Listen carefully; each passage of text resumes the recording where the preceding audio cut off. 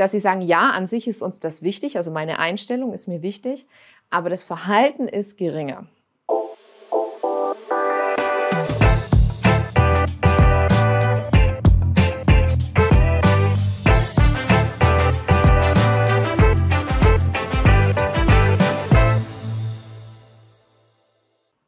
Wir hatten ja letzte Woche bereits einen ersten Talk zum Thema Stopp-Armut-Konferenz und da ging es mehr um den Just People-Kurs und Gerechtigkeitsfragen. Jetzt gehen wir direkt in diese Studie rein, die präsentiert wurde in Biel am letzten Samstag an der Stopp-Armut-Konferenz. Und ich freue mich sehr, dass ich Annalena Moselewski hier begrüßen darf. Und sie ist Mitautorin und auch Mitarbeiterin in diesem Forschungsteam, die diese GENA-Studie erarbeitet hat. Da geht es um die Studie zu sozialer Gerechtigkeit und ökologischer Nachhaltigkeit. Zuerst mal herzlich willkommen. Danke. Annalena. Genau, also aus Deutschland angereist, um das jetzt mal präsentieren zu dürfen. Das war ja eine Auftragsarbeit gewissermaßen, die ihr da übernehmen durftet als Forschungsteam für dieses Interaction Stop Armut in der Schweiz. Ja, genau. So war das. Und kannst du ein bisschen was sagen zu der ganzen Übungsanlage, sagen wir mal, von dieser Studie? Ja, gerne. Also wir haben eine Studie durchgeführt in der Schweiz, also in der deutschsprachigen, in der Romandie und in Deutschland und haben über 2500 Christinnen und Christen befragt zu ihren Einstellungen, zu ihrem Verhalten, zu Nachhaltigkeit, also ökologischer Nachhaltigkeit und sozialer Gerechtigkeit. Und der Fragebogen war online zwischen den Jahren 2022, 2023. Und jetzt im letzten Jahr haben wir die ganzen Studienergebnisse ausgewertet. Und jetzt sind wir dabei, sie zu veröffentlichen. Und das macht richtig Spaß. Genau, wir haben jetzt über 3 Jahre auch daran gearbeitet, Literaturarbeit, Recherche, um den Fragebogen zu entwickeln. Und jetzt freuen wir uns einfach, dass die Ergebnisse unter die Leute kommen. Genau, und dazu wollen wir natürlich heute auch ein bisschen was beitragen, dass wir da einfach genauer betrachten können, was zeigt sich da an Bewusstsein, aber auch Verhalten eben bei Christen bei diesen Themen. Wollen wir mal so ein paar grobe Linien zusammen herausarbeiten? Was hat sich gezeigt? Du hast ja auch eine Masterarbeit auch noch vorgängig geschrieben gehabt zu diesen Themen und Interviews geführt und so weiter. Was sind so einige grobe Erkenntnisse, die du jetzt mal so highlighten möchtest?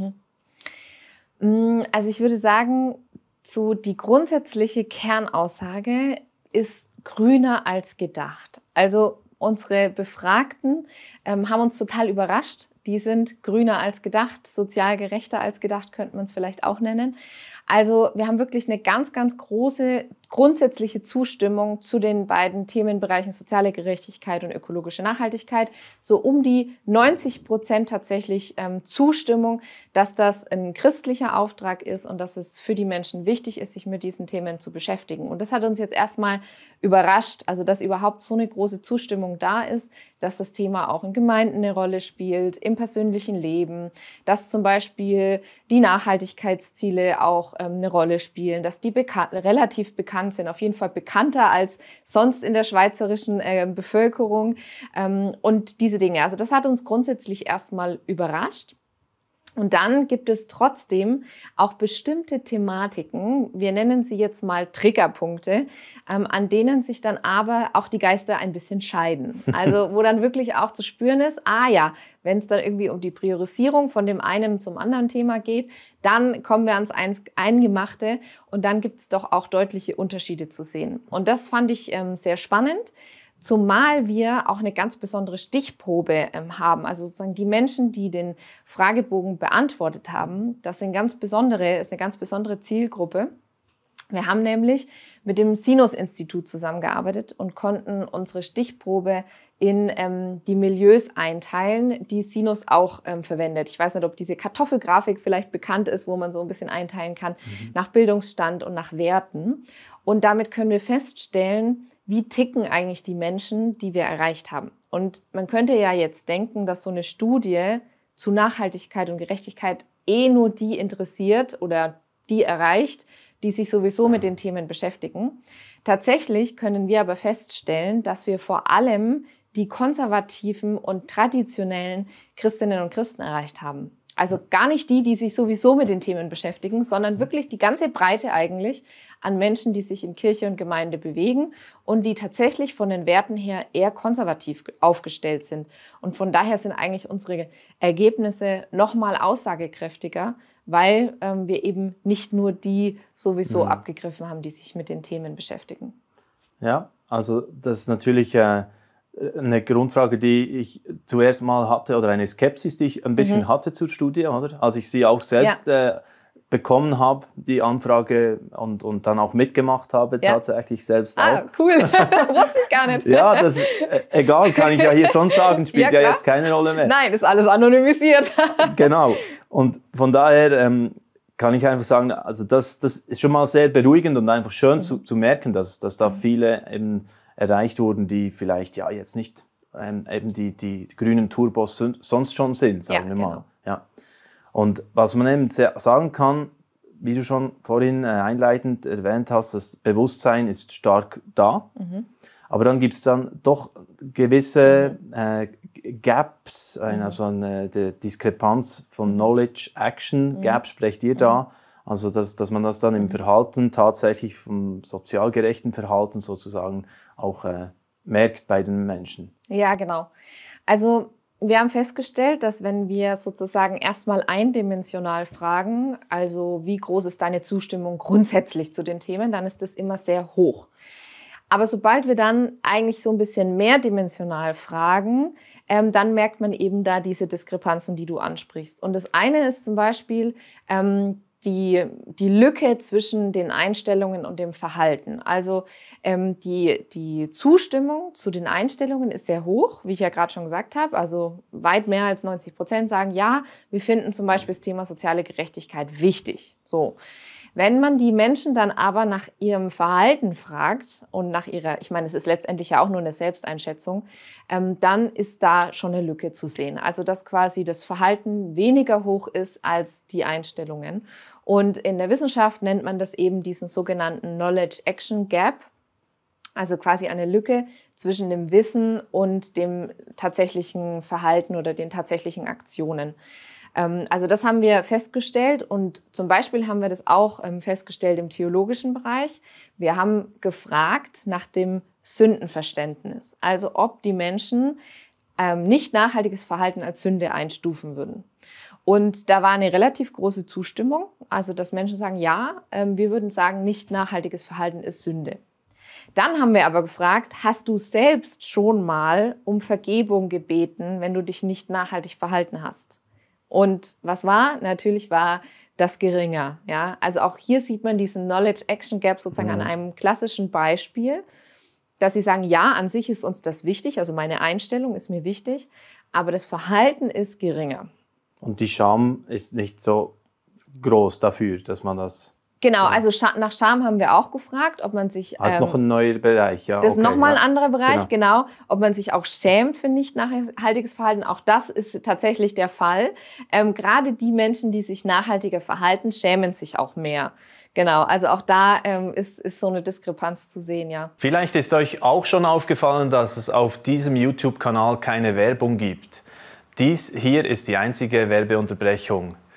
Mit unseren Social-Media-Plattformen generieren wir keine Einnahmen, deshalb sind wir auf Spenden angewiesen.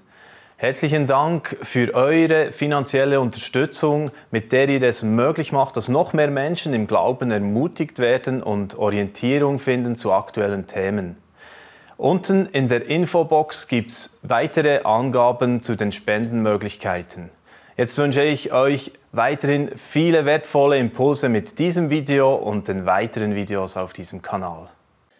Also letztlich würdest du sagen, oder ihr als Team, dass es euch positiv überrascht hat vielleicht? Also dass es hoffnungsvoll stimmt, was insgesamt durch die GENA-Studie herauskam? Genau, also unser Claim ist ja Glaube, Klima, Hoffnung. Den haben wir ja nicht ohne Grund gewählt. Also ich würde sagen, ich bin nicht... jetzt nicht super optimistisch, aber für mich ist das schon eine Hoffnungsperspektive, weil die Themen scheinbar bei Christinnen und Christen wirklich in der Mitte des Lebens angekommen sind. Aber es ist auch noch viel Luft nach oben. Also wir haben ja auch zum Beispiel gefragt, welche Rolle spielen die Themen in der Gemeinde?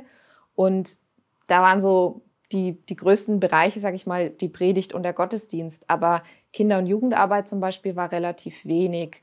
Oder auch die Themen nach Liedern und Lobpreis, also das Geistliche, war relativ wenig. Und das, was ich gerade schon gesagt habe, wir haben festgestellt, dass die Menschen, die das mit ihrem Glauben verknüpfen und auch mit ihrem geistlichen Leben, dass die sich nachhaltiger verhalten. Und ich glaube, da haben wir als Gemeinden einen riesen Auftrag und eine riesen Chance auch, wirklich gerade noch in diesen geistlichen Angeboten. Also Lobpreis ist ja das Element für junge Menschen, ja, also was ihren Glauben prägt, dass da auf jeden Fall noch total viel geht und viele Chancen sind, auch die Themen noch besser in den Gemeinden zu verankern. Also ich würde sagen, ja, Hoffnung und gleichzeitig auch ein Anstupser an uns alle, in welchen Richtungen wir auf jeden Fall noch nachjustieren dürfen und können und müssen.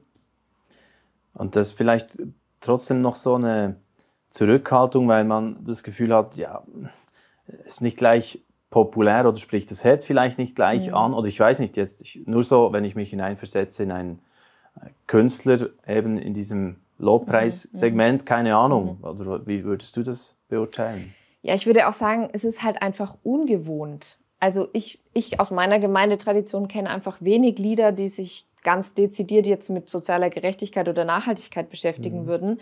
Aber ich würde sagen, es ist total biblisch sozusagen in diesen Lobgesang der Schöpfung beispielsweise mit einzustimmen und zu sagen, wir loben gemeinsam mit der Schöpfung und mit all dem, mit den Engeln und mit allem, ja, sozusagen den Schöpfer selbst. Dafür hat er uns ja auch diese Gaben gegeben, ja. Ich meine, Gesang und musikalisch zu sein ist ja auch eine Gabe. Und ich glaube, das dürfen wir nutzen, aber nicht nur der Lobpreis, auch Fragen nach, wo kommt das eigentlich in unserer Klage vor, in unserer Fürbitte?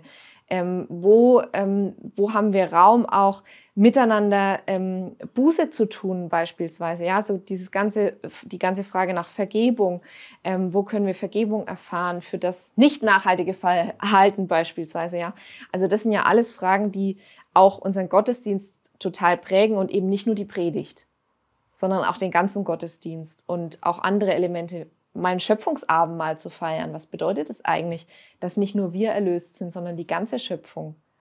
Ja, also auch mal sozusagen aus dieser Brille zu versuchen, mal zu prüfen, wie können wir so einen Gottesdienst gestalten, wo die Schöpfung wirklich im Mittelpunkt ist und wir Teil der Schöpfung sind. Jawohl, okay. Also merken wir, da ist total viel drin und ich habe, glaube ich, auch nur die kurze Analyse gelesen, die jetzt rauskam und der Bericht wäre wahrscheinlich das... Ja, der hat dann so 250 Seiten. Das seid ihr eben so gewohnt, wenn man wissenschaftlich arbeitet und da merkt man auch deine Leidenschaft dafür. Was ist eigentlich so dein Ziel jeweils oder wo ihr wirklich sagt, oh, das soll eigentlich das dann am Ende beitragen sozusagen oder soll Handlungsfelder aufzeigen direkt. Deshalb machen wir diese Form von Forschung und Wissenschaft, oder?